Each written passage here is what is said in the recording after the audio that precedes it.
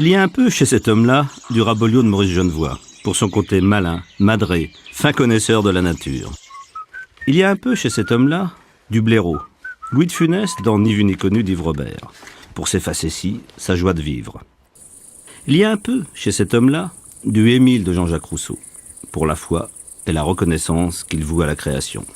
Cet homme-là, protégé par son chapeau, et sinon hors la loi, du moins à côté des lois. Il doit être anonyme. Pourtant le bonhomme le dit et le répète, il ne fait que faire ce que ses ancêtres ont fait avant lui. Et peut-être ce que beaucoup de ses contemporains rêvent encore confusément de faire. Il braconne.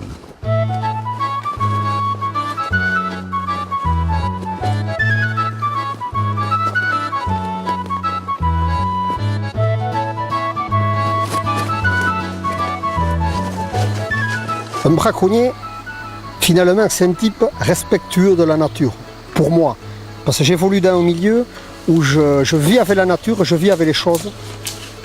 Je vis avec les oiseaux, je vis avec les poissons, les libellules, les sauterelles, et je fais partie de ce milieu. J'ai l'impression aussi que les animaux me considèrent un peu aussi comme faisant partie du décor, parce que ça fait quand même plusieurs générations de poissons et de ragondins qui me connaissent. Ils doivent se dire, ça y est, le fou qui est revenu.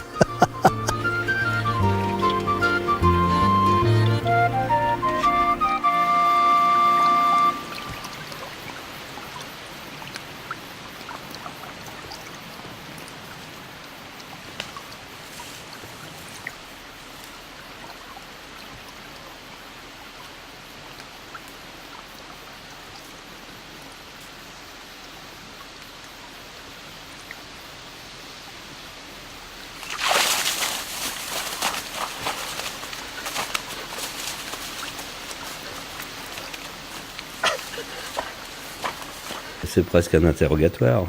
On va y aller. S'il vous plaît, monsieur. Monsieur, d'ailleurs. Oui, bonjour. Oui, bonjour. Nom, âge et qualité. C'est une question bien embarrassante pour le personnage que je suis. Et cette situation me met un peu mal à l'aise, parce que j'ai l'impression d'être une ombre. Alors que ce que je fais, vis-à-vis de la loi, je suis un braconnier, mais moi, personnellement, au plus profond de moi, je ne suis pas un braconnier, je suis un pêcheur. Et le fait d'être là, j'ai l'impression d'être un peu comme un évadé, un interrogatoire par exemple, alors que je ne suis pas du tout un évadé. Au plus profond de moi-même, je suis un homme de lumière, je ne suis pas un homme de l'ombre, mais la loi fait de moi un homme de l'ombre. Donc vous êtes obligé de vous cacher. Je suis obligé de me cacher, je suis effectivement obligé de me cacher, et c'est quelque chose que je ne supporte pas, parce que ça fait partie de ma culture. J'ai été élevé par des gens formidables qui m'ont inculqué ces méthodes de pêche, et à mes yeux, c'était des gens extraordinaires, et je n'avais pas l'impression que c'était des malfaisants. Je cherche des brochets à l'affût. Ils se planquent dans les herbiers, sans bouger. Souvent, tu l'as sous les yeux, et c'est un tel mimétisme que tu l'as sous les yeux, tu le vois, mais dans ta tête, c'est pas encore un brochet. C'est un peu comme les champignons. Tu les devines avant de les voir. Voilà, il faut le deviner avant de le voir. Et une fois que tu arrives à le découvrir dans l'herbier, il faut encore lui passer le collet autour du cou. Hop! Et quand tu arrives à capturer un brochet comme ça, tu touches à la perfection, tu touches à l'âge que j'ai, c'est le sommet de ma vie. Arriver à attraper un brochet comme ça, je pense que c'est un grand exploit. C'est pas donné à tout le monde. Vous profitez au bon sens du terme. Vous êtes des attrapeurs d'opportunités. Ouais. Je suis un opportuniste. Quand je passe au bord d'un ruisseau, si je vois un beau remous, ça nous triture, hein, ça nous travaille. On se dit qu'un jour ou l'autre, il va falloir qu'il soit à moi, quoi. Mais je ne suis pas un pilleur, je ne suis pas un massacreur. Quand j'ai envie d'un brochet, je me le prends. C'est le mien, il m'appartient, quelque part.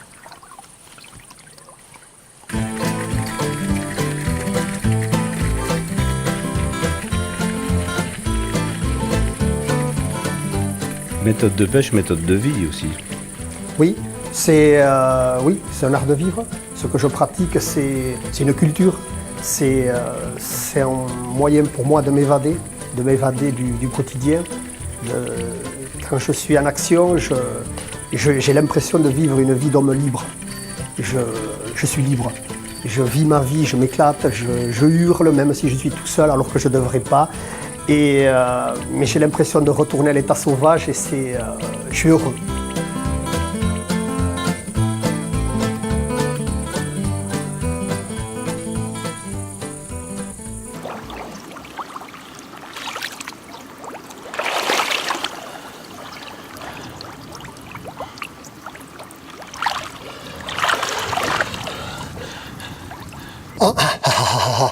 Je vais te montrer quelque chose. Regarde. Je ne vais pas l'attraper, celle-là, je vais juste te la montrer pour que tu vois. Regarde. Tu as vu? Tu as vu? Celle-là, elle était... si j'avais voulu... Vous avez un contact charnel avec votre eau, votre boue. J'aime ça. Ouais. J'aime le contact avec l'eau, j'aime me rouler dans l'eau, j'aime sentir... Il y a un moment très fort, c'est quand on met les mains sous une souche et qu'on sent un poisson. Il vibre. C'est pas quelque chose d'inerte. Merde, bordel, quoi. Quand vous touchez la carpe, vous êtes avec frère ou sœur carpe, enfin vous vous sentez de la même création. Quand je touche un poisson, je lui parle. Je lui dis tout doucement, laisse-toi faire. Je le caresse, je lui dis encore un peu. Attends, j'arrive. C'est un peu ma famille. Quelque part, c'est ma famille. Mais merde. C'est des émotions que je ne trouve pas dans la vie de tous les jours. J'en ai besoin. Je comprends le camé, c'est malheureux à dire, qui a besoin d'un truc, qui a besoin de son herbe quotidienne. Mais moi c'est la même chose. On me sort d'ici, je meurs. Et c'est pas une histoire. On me sort d'ici, je meurs. Regarde là. Tu vois, elle s'est arrêtée, là.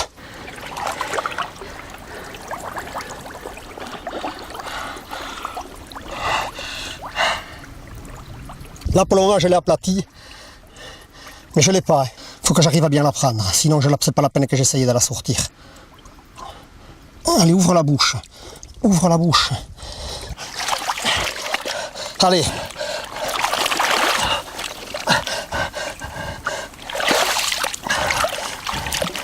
Ça risque d'être long, mais je vais la voir. Hein. Je suis quelqu'un de tenace, je te le dis.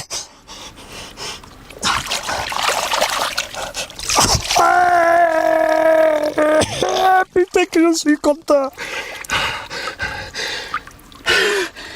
Tu sais quoi, on reconnaît un bon braconnier. C'est pas celui qui est au coin du feu qui raconte des histoires pendant toute sa vie. C'est celui qui est là dans les mares. Regarde ça, à la mer. Moi je parle pour mon monde à moi, pour mon monde d'ouvrier, pour mon monde de paysan que j'ai connu quand j'étais gamin. Tous ces gens merveilleux qui venaient attraper des poissons comme ça. Putain que je suis content. Oh là là là là. Ils avaient raison les vieux, tu sais. Quand ils me disaient, enfin, va donc à la pêche au lieu d'aller faire le con. Eh bien, regarde un peu.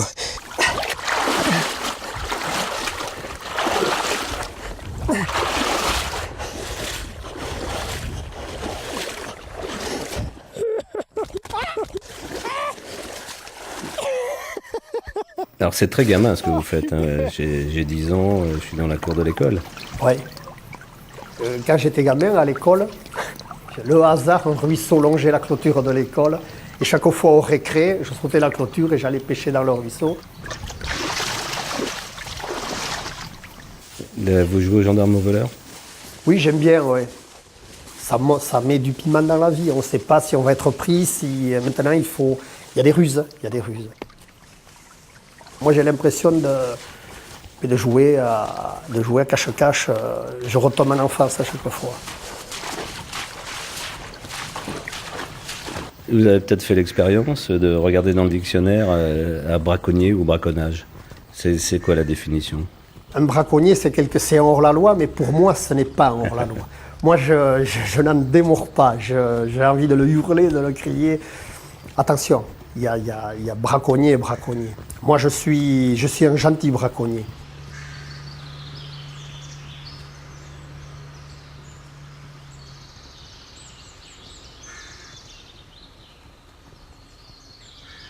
On revient sur les motivations. Il y a le risque, c'est certain. Oui. Hein, c'est un risque pour vous? Je ne pense pas que ce soit du risque. C'est pas cet amour du risque qui fait que je pratique ce que je pratique. On va pas vous couper la tête. Bon, je pense pas quand même, non. Je pense pas. C'est fini l'époque des bûchers. Non, je suis une bien piètre proie à l'heure actuelle pour développer d'énormes moyens. Je me vois mal monter les marches du tribunal. Quoi, il n'y a pas de plan épervier en vue. Non, il n'y a pas de plan épervier en vue, non. Parce que je me dis que finalement, un type comme moi qui va prendre 3 ou 4 poissons au filet, je me dis que, après tout... Donc oui. vous y avez pensé quand même à ça? Oui, j'y ai pensé, j'y pense, oui, forcément on y pense. Oui, alors qu'est-ce que vous dites? Qu'est-ce que vous avez à dire pour votre défense? Vous êtes fait gauler, vous êtes devant le président. Monsieur le Président, allez-y. Monsieur le Président, je suis innocent. Oui, bien sûr. Non, j'insisterai, oui, je suis persuadé, malgré que la loi est contre moi, mais au plus profond de moi-même, je suis persuadé d'être dans mon bon droit. Que vous ne faites pas de mal en tout cas. Non.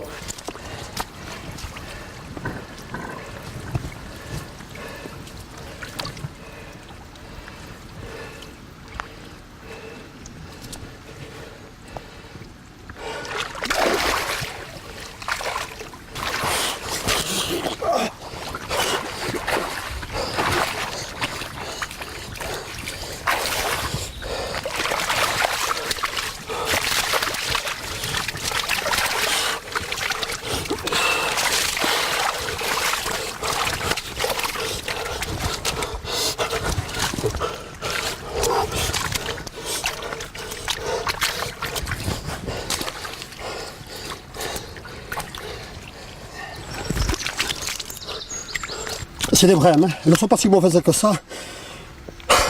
Par contre, il faut se mettre à table à 11h pour en sortir à 2h à cause des arêtes. Hein.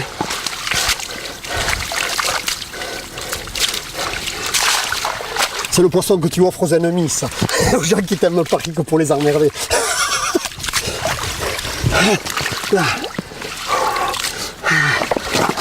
Je suis content, c'est joli. Hein. Oh, j'aime quand on voit arriver là, les flotteurs qui plongent, le filet qui bouge, les remous, c'est excitant, putain. Celle-là, elle est grande comme une raquette de tennis, elle est belle.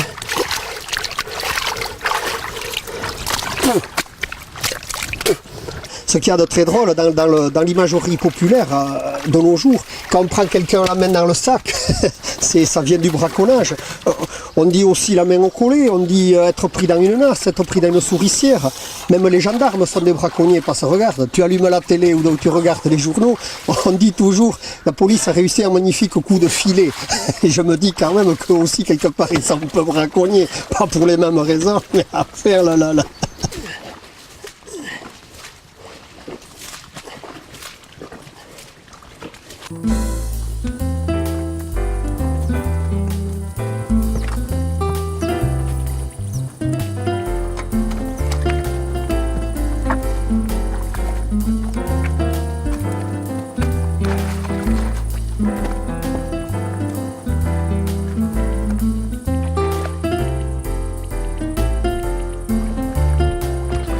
J'ai un but, c'est le bonheur.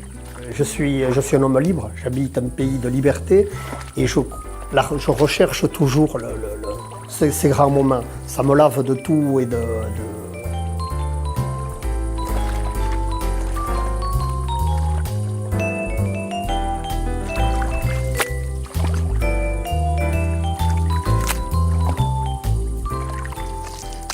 Alors ça, on pourrait croire que c'est de la merde, en fait ça vaut de l'or. Parce que ça on le fout sur les curistes pour les rhumatismes. Il y a des établissements thermaux. Et alors autrefois, cette boue, on l'a prélevée dans la nature. On venait dans des mares comme ça, la chercher. Mais maintenant, le modernisme est passé par là. On fait avec des boues qu'on fait artificiellement. Mais moi, je continue toujours à venir ici pour faire ma cure thermale avec de la vraie boue de la nature. Pour moi, ça c'est la cure du pauvre.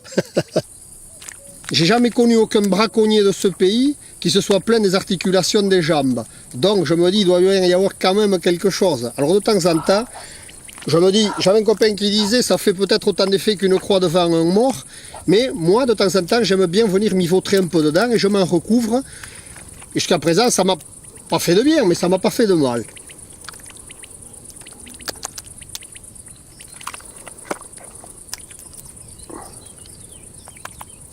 Ah.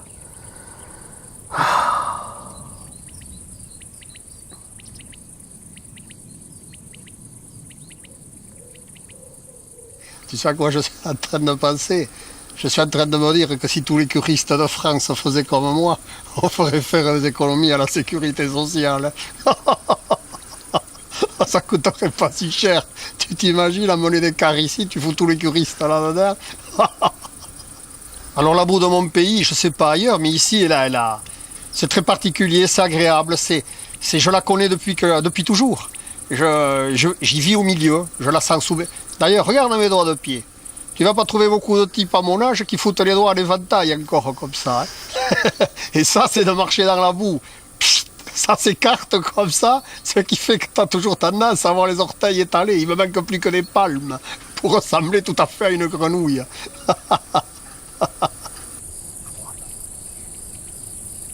Allez, allez, allez, allez, allez, allez. Qui c'est qui vient prendre le pompon? Ah, quand même, quand même. Ah. Jolie petite grenouille.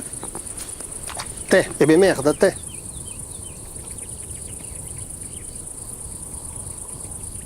Alors ce qu'il y a de marrant dans l'histoire, c'est que le propriétaire ici, il les aime beaucoup.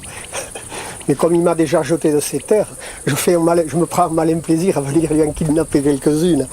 Je le compare un peu au vilain shérif de Nottingham.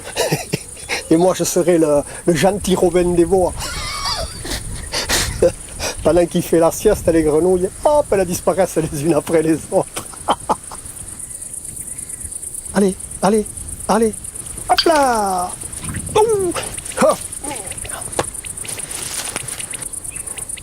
Là, il y en a une, elle est énorme, là. Elle doit avoir une paire de cuisses, mon pauvre, presque aussi grosse que celle de ma voisine. Si elle m'entendait, dis donc. Attends, bouge pas. Et celle-là, là, qu'est-ce qu'elle fait, là? C'est pas possible, elle doit être gavée aujourd'hui ou quoi? Allez! Oh!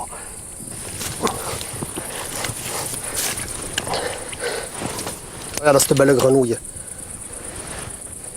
Alors, quelquefois, je vais te faire un aveu, j'ai un peu de remords. Parce que je me dis que c'est un animal bien sympathique, mais bon. C'est comme ça. Il y a certains animaux comme ça qui ont du doux dans le regard et qui te font chavirer le cœur. Où êtes-vous, petite grenouille? Où êtes-vous? Regarde le butin. Et hop!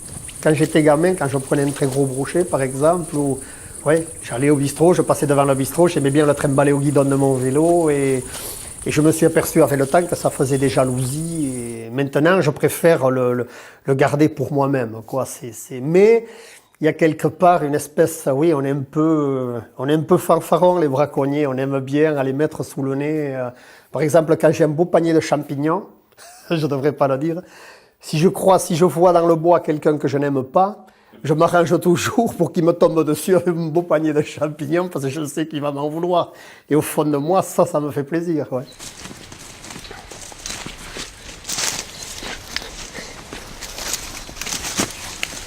Regarde ça un peu si c'est beau. Regarde. Piste un peu ces beaux champignons. Regarde. Regarde tout ça là. Regarde. Regarde. Ça c'est un petit coin que je connais depuis très très longtemps. Alors il s'est passé une chose. Il a fait une belle averse il y a quelques jours. Ils ont poussé et depuis il s'est remis à faire très sec. Et là il ne bouge plus. Alors moi, comme je suis quelqu'un qui n'est pas très patient, je viens ici pour faire accélérer la manœuvre. Et le fait de les arroser, au bout de 2 ou 3 jours, ils vont doubler ou tripler de volume.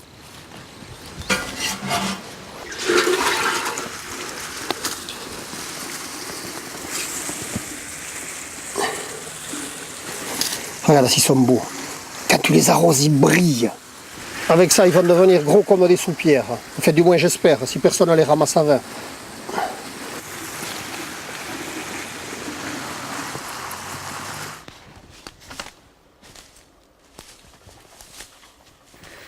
Votre domaine a des limites?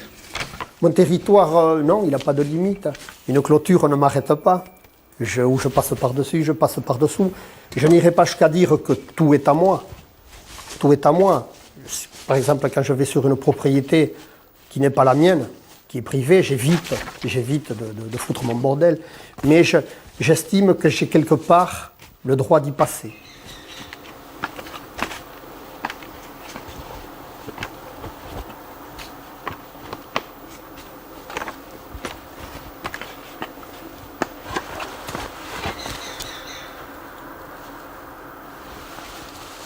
Qu'est-ce qu'ils sont jolis les deux, regarde ça. Je vais les laisser pour la prochaine fois, ils sont trop petits. Allez.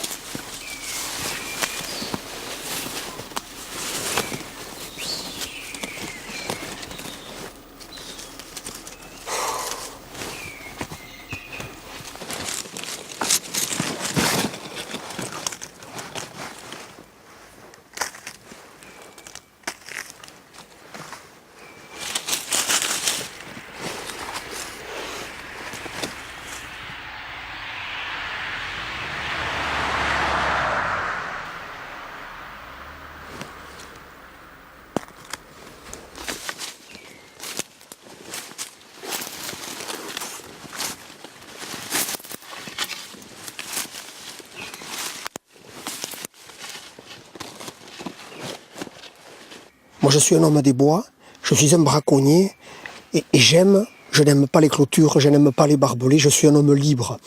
Et ce territoire, autrefois, c'était le mien. Et depuis, des gens sont arrivés, ils ont acheté une partie de ce pays, et ils ont mis des clôtures partout. Et je n'ai plus le droit d'aller sur ma terre.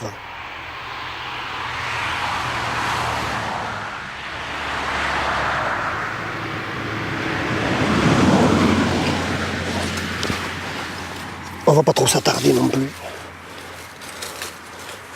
Et il est beau, il est beau.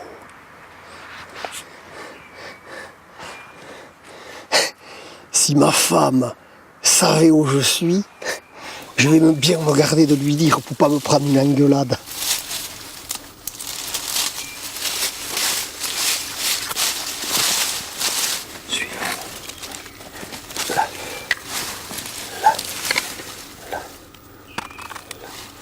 On va les mettre à la fougère.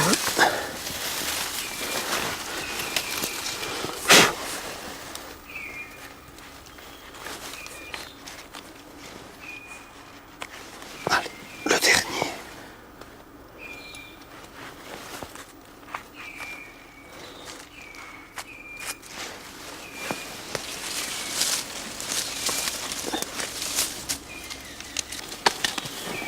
Hop, là, 1.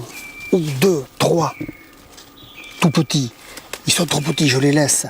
Il y a un proverbe gascon qui dit « Il n'y a pas nat gourmand que s'en harte ». Ça veut dire textuellement, il n'y a aucun gourmand qui s'en rassasie. Il faut toujours en laisser un peu pour la fois d'après. Ou là-bas, un beau encore. Pour la prochaine fois, pour la prochaine fois.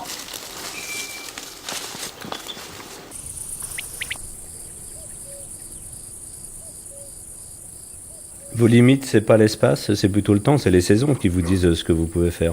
Ben, le matin, quand je me réveille, quand j'ai mon temps de libre, ça me vient comme ça. Je passe par exemple devant ma grange, je vois ma manche, je vois mon filet, je dis tiens, je vais donner un coup de filet. Et je pars. J'y vais surtout quand j'ai des emmerdes. Là, parce que la vie, il n'y a pas que du beau, il y a aussi du mauvais. On peut avoir des emmerdes. J'y pars souvent quand ma femme m'engueule. Voilà, c'est comme ça.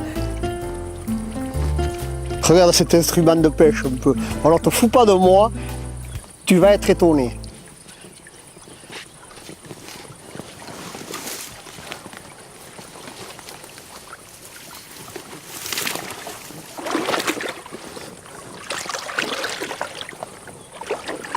Je vais te montrer comment torer les poissons. Je vais te leur faire une faena.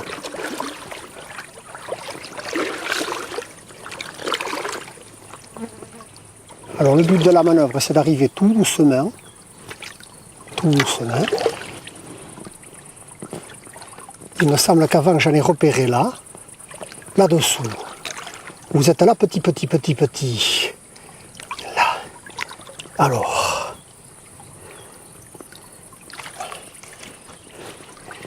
Là. Il faut la mettre en place. Et après, il faut bondir.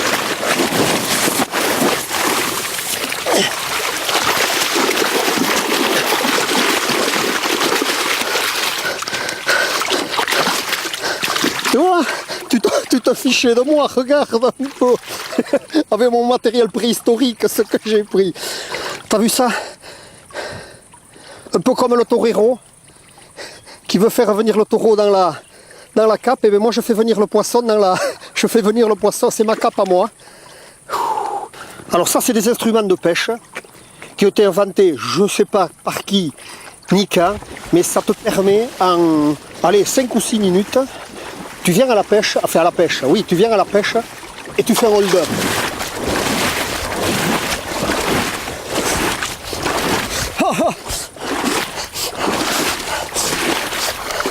Regarde, pour moi c'est un trésor, ça brille comme du diamant et de l'or.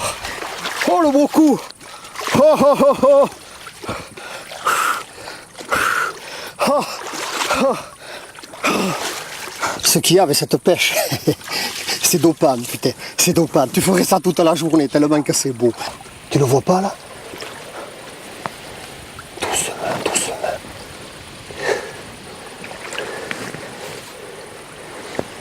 Il n'est pas dedans, hein?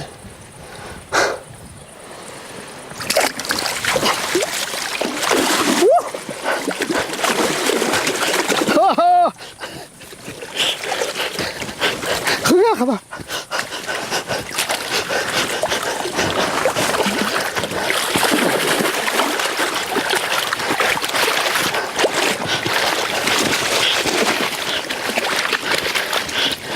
Regarde, viens voir ça, viens voir, regarde.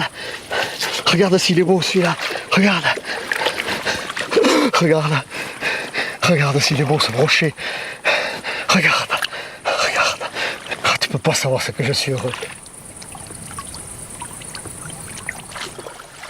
Là, je peux te dire que j'ai le cœur qui bat 100 à l'heure.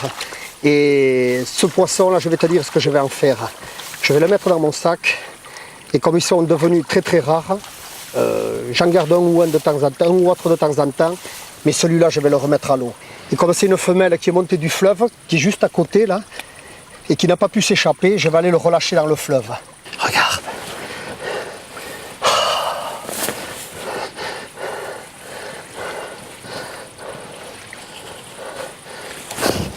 Allez.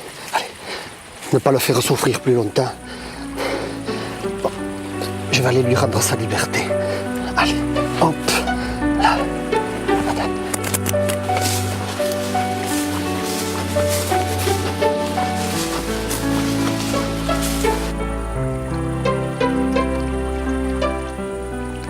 Pour moi, ce poisson, c'est un poisson sacré parce que il est comme moi, c'est un prédateur. Et j'ai du respect pour tous les autres poissons, mais pour celui-là en particulier. Parce que c'est un chasseur. Regarde comme il est beau. Regarde. Je suis sûr qu'il a reconnu sa rivière natale. Allez, attends.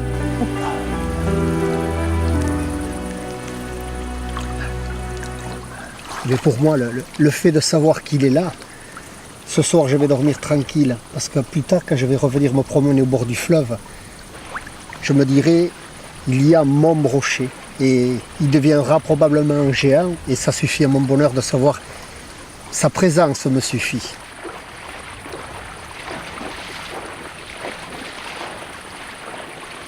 Je retourne, quand je pêche à la main, par exemple, au filet, je retourne à l'âge de pierre, à l'âge de... Ça me fascine. Vous faites œuvre de mémoire? Oui. Je fais œuvre de mémoire, oui. J'ai un devoir de mémoire, même, que je ne peux pas transmettre, sauf à vous, en vous montrant tout ce que j'ai fait. C'est un devoir de mémoire que j'ai vis-à-vis de... Et ce qui est terrible, c'est que ça va... Peut-être pas ailleurs, mais sur mon territoire, ça va s'arrêter avec moi. Monsieur X, que vous êtes, disparaît, c'est une bibliothèque qui brûle. Absolument, absolument. C'est une connaissance.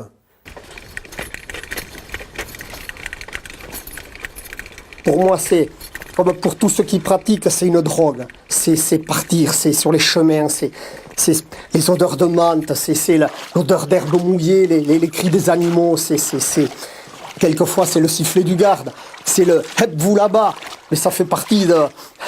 Tu sais, s'il n'y avait pas de braconniers, il n'y aurait pas de garde. S'il n'y avait pas de voleurs, il n'y aurait pas de gendarmes. C'est vieux comme le monde, mais c'est ce qui fait le charme, justement, de l'illégal. Mais on est braconnier simplement par rapport à la loi du moment. Il y a 200 ans, ou dans 200 ans, vous seriez certainement pas braconnier pour les mêmes raisons. Oui, mais moi quand j'étais gamin, même avant, dans le catalogue de Manu France, tous les instruments dont je me sers étaient en vente libre. Mes grands-parents, on achetait les verveux, on achetait les carlets, on achetait les foines, c'était comme ça. La loi ne disait pas que c'était interdit à l'époque. C'est venu progressivement, mais c'était, oui, peut-être que dans 200 ans, je pense qu'on n'aura plus besoin de nos foines, ni d'eau filée, Et je bénis le ciel d'avoir connu un paradis, mais tout au long de ma vie, je l'ai vu se réduire. Petit à petit, il ne reste que quelques petits coins, et je me dis que ça va très mal.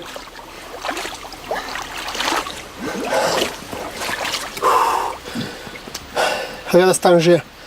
Ça, c'est la foine à anguille. Tu vois, je tape au hasard. Et le principe est le suivant. Mon doigt, c'est l'anguille. Elle rentre en force là, tu vois. Il y a plein de petits crochets qui sont inclinés vers le haut, ce qui fait qu'elle ne peut plus sortir. Et moi, pour la décrocher, je suis obligé de la faire revenir vers le haut et de la sortir par ces trous.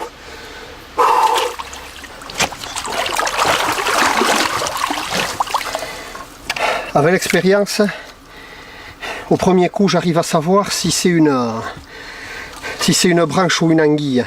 Tu sens tu sens les dents pincer la chair. Ça, et j'avoue que chaque fois que ça arrive, j'ai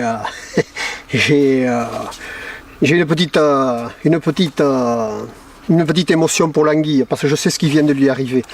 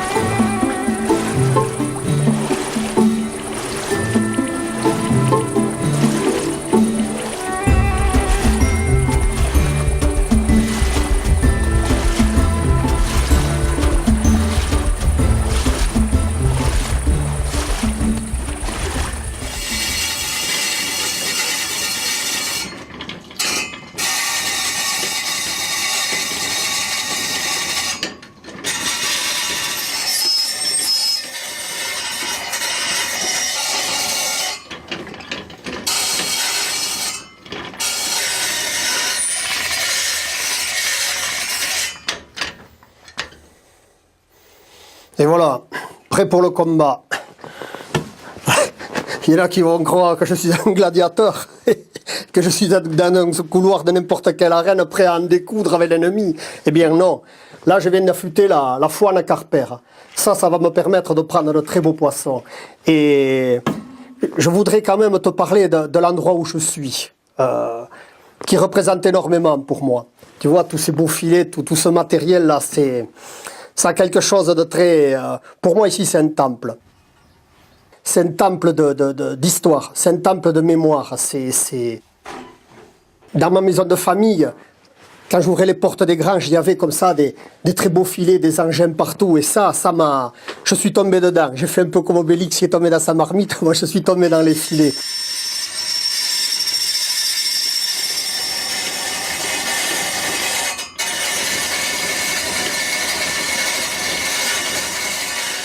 Vous avez la chance, la malchance, d'être le dernier sur vos territoires, là.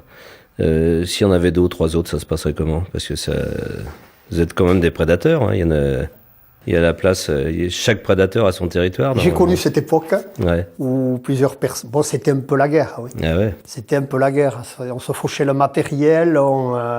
Oui, c'était la guerre. Oui, moi, je me souviens, on se reconnaissait aux traces des chaussures sur la vase. On savait qu'un tel était passé. Et maintenant que je me retrouve tout seul, ces gens me manquent. Ouais. Il y en aura d'autres. Vous allez créer des vocations. Non, je crois pas. Je crois que je suis le dernier.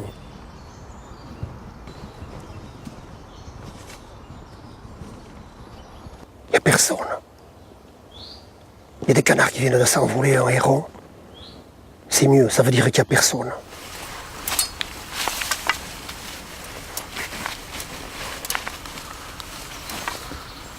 Je suis en train de penser qu'on est en train de vider tous les océans de la planète avec des bateaux bourrés d'électronique, des hélicoptères, le satellite, avec la bénédiction de tout le monde. Et nous les petits braconniers, parce qu'on pèle 4 ou 5 malheureuses anguilles pour se régaler, eh bien nous on est des bandits. Ben voilà. Autrement dit, on peut braconner en toute impunité avec des moyens gigantesques, mais surtout pas avec des petits moyens.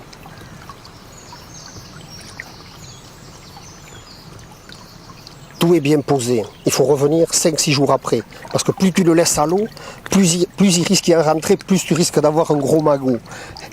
Alors il y a 2 moments fabuleux quand tu braconnes. Il y a le moment où tu poses le filet et le moment où tu lèves le filet. C'est jouissif. C'est un peu que tu sais comme quand tu suis une dame dans un escalier pour aller à la chambre. C'est des moments fabuleux. C'est à peu près le même... c'est savoureux.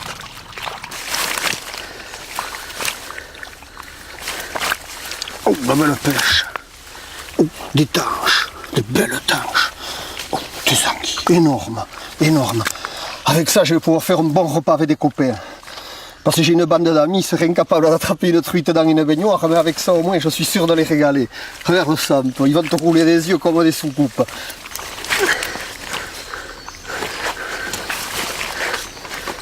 Hop. Ne traînons pas, c'est pas la peine.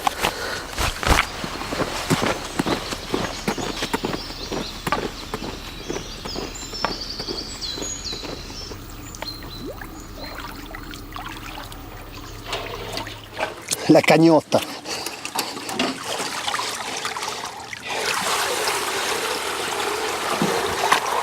Le trésor de guerre ou le touping. Alors ici on appelle ça un touping parce qu'autrefois les gens, quand il n'y avait pas de banque, ils cachaient leurs sous dans des pots, ils cachaient ça dans la cuisine sous les carreaux ou dans les murs, où on appelle ça la cagnotte ou le toupinote. Alors moi là-dedans j'y cache les anguilles. Tu vas voir un peu. Regarde,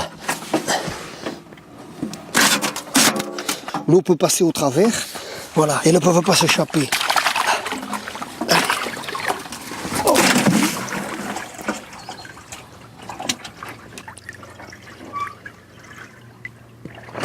Et voilà, des histoires de vol de ça, il y en a eu des dizaines sur cette vallée, mais les types souvent ils se sont retrouvés avec des yeux comme des grenouilles, comme des hublots, tu sais.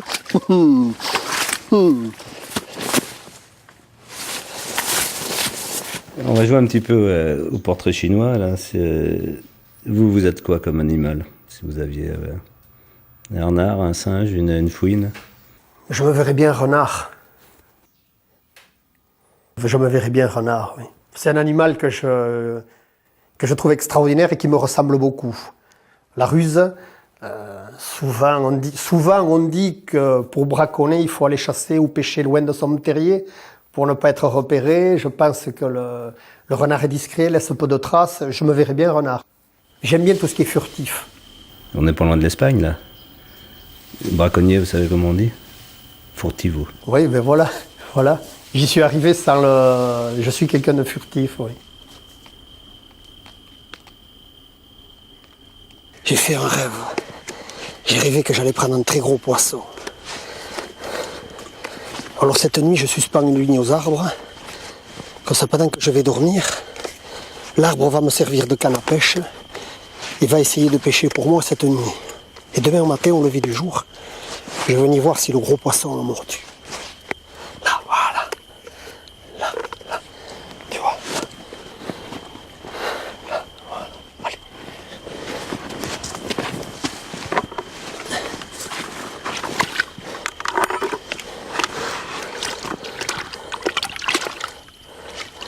Alors, pour essayer d'attraper un gros poisson, je vais me servir d'un petit poisson. Là, tu vois, là.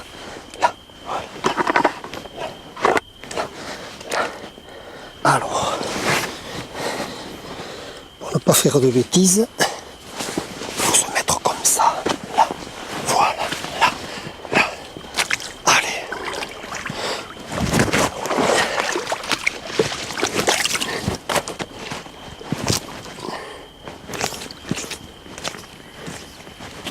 Souvent, j'ai pas besoin d'un réveil pour me lever à 5 heures pour venir voir Il y a quelque chose qui me dit « Réveille-toi, c'est l'heure d'y aller ».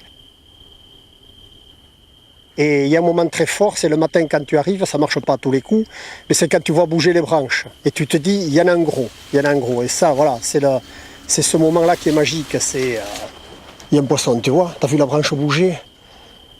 Là, regarde le fil qui bouge. Allez hop.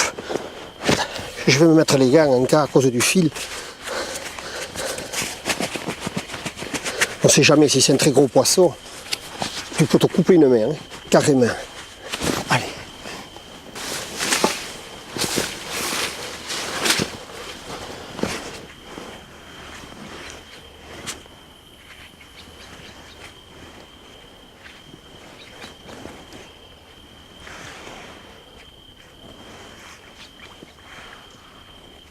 Viens ici mon poisson, viens ici mon poisson,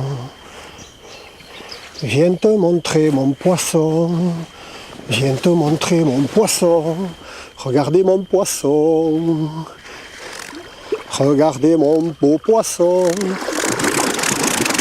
mais mon beau poisson ne veut pas venir, mon beau poisson, il est venu se montrer mais dis donc, là. Je ne pensais pas qu'il était beau, parce qu'il a suivi jusqu'au bord. En fait, il a suivi. Tu vois pourquoi il faut les gants? Tu peux t'entailler jusqu'à l'os, c'est les mains.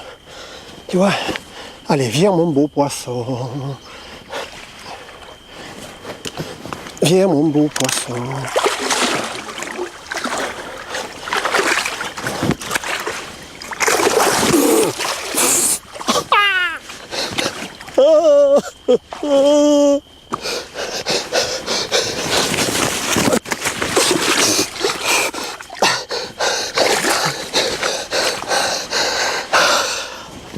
T'as vu ça, la pêche avec les arbres un peu? T'as jamais vu ça, hein? Allez, c'est l'arbre qui a pêché pour moi toute la nuit. Regarde s'il est beau. Regarde ce poisson un peu. Il est resté accroché. Allez. Ouh.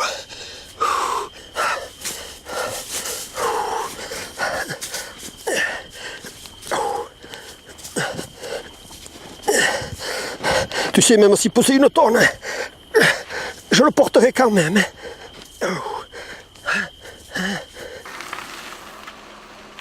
Le braco est poète, certainement, sûrement.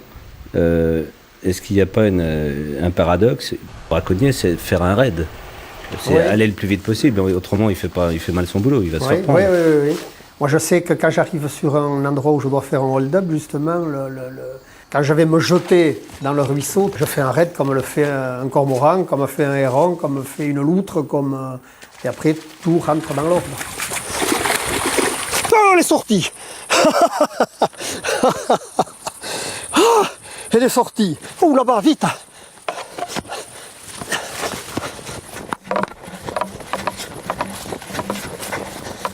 Dès qu'un poisson touche le filet, les bouchons ont tendance à donner un petit coup de côté, ou alors il y a le toc. Quand un beau poisson touche dans le filet, je le sens au toc et je lève. Ouh, ça te carpe encore. Ha ha. Youhou. Oh putain que c'est beau. Les anciens qui m'ont transmis cette pêche au carrelet, comme toutes les autres d'ailleurs, ce sont eux qui m'ont appris la vie, la vraie. Ce sont eux qui m'ont transmis ce savoir. Parce que ça, dis-toi bien que ça ne se transmet pas dans les livres, ça ne se transmet pas dans des réunions. Ça se transmet de bouche à oreille et d'oreille à bouche. Ça se transmet en se chuchotant les choses. Regarde ce beau poisson, regarde ça un peu. Allez hop.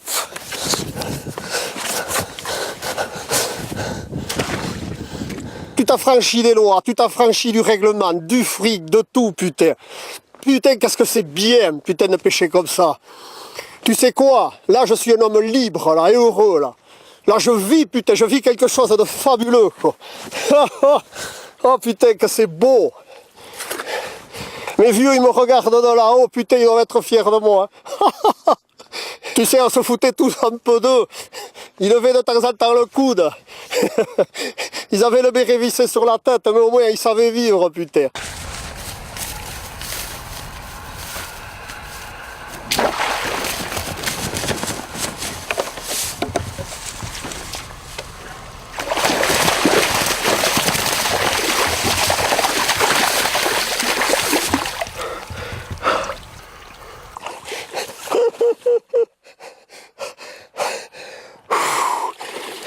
J'ai couru quelque chose, regarde. Oh putain. Oh que c'est joli.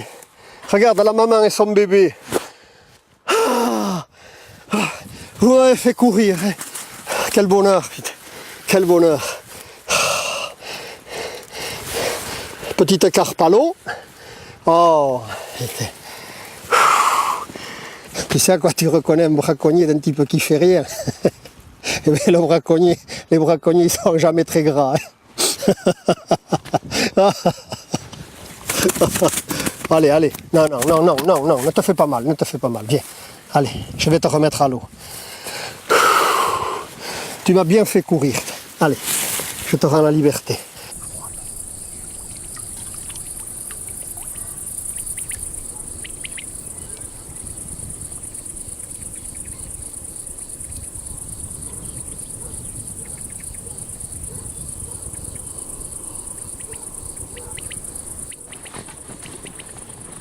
Est-ce que vous avez l'impression de donner quelque chose à cette nature ou de simplement lui prendre? Je donne. Par exemple, lors d'une sécheresse, si jamais je vois des poissons confinés dans un endroit où ce serait très facile de faire un carton, je vais les sauver. Comment? Une épuisette, ma manche, une corbeille, et je vais les mettre dans un ruisseau ou dans le fleuve qui passe à côté. Je ne soulage pas ma conscience, mais je le fais parce que c'est naturel. Vous n'avez pas l'impression d'avoir à soulager votre conscience? Non, du tout, du tout. Je dors très bien.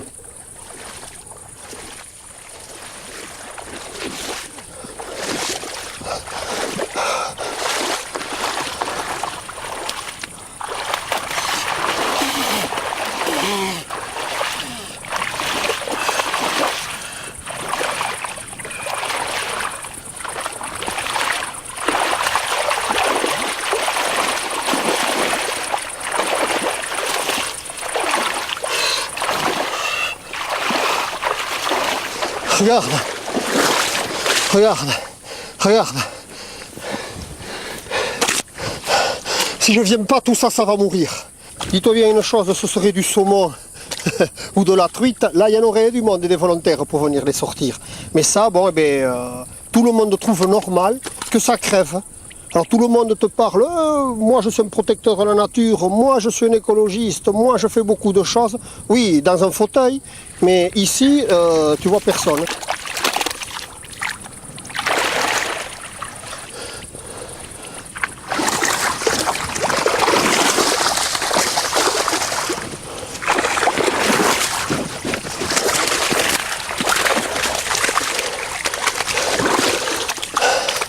Alors le résultat de tout ça, on a besoin de tellement d'eau, mais on a surtout besoin de beaucoup la gaspiller, l'eau. Alors regarde ce qu'on est en train de faire dans la planète. Hein? On est en train d'en faire un désert par notre connerie. Moi, ça fait 50 ans que je braconne ici. Et bien depuis quelques années, c'est tous les ans comme ça. C'est des milliers de poissons qui meurent. Et tout ça à cause de nos conneries. De tout ça à cause de nos conneries. J'ai pas l'impression d'être si hors la loi que ça. Vous n'êtes pas contre la nature? Je suis pas contre la nature, mais il y a toujours eu des histoires de gardes qu'on a jetées à l'eau dans mon pays. C'était une autre époque.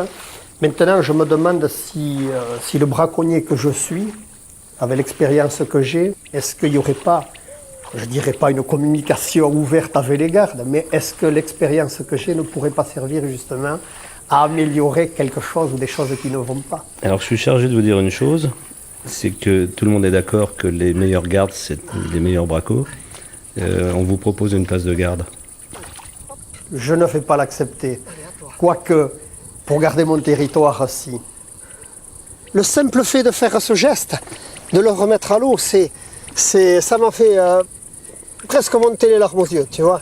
Parce que je me dis que si j'étais pas passé, à ce moment-là, si j'étais pas venu voir, eh bien, dans 8 jours, tous ces poissons seraient morts, secs, et avec une puanteur terrible.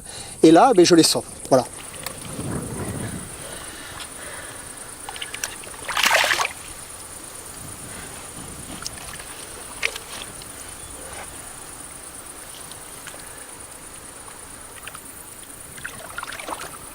Ah.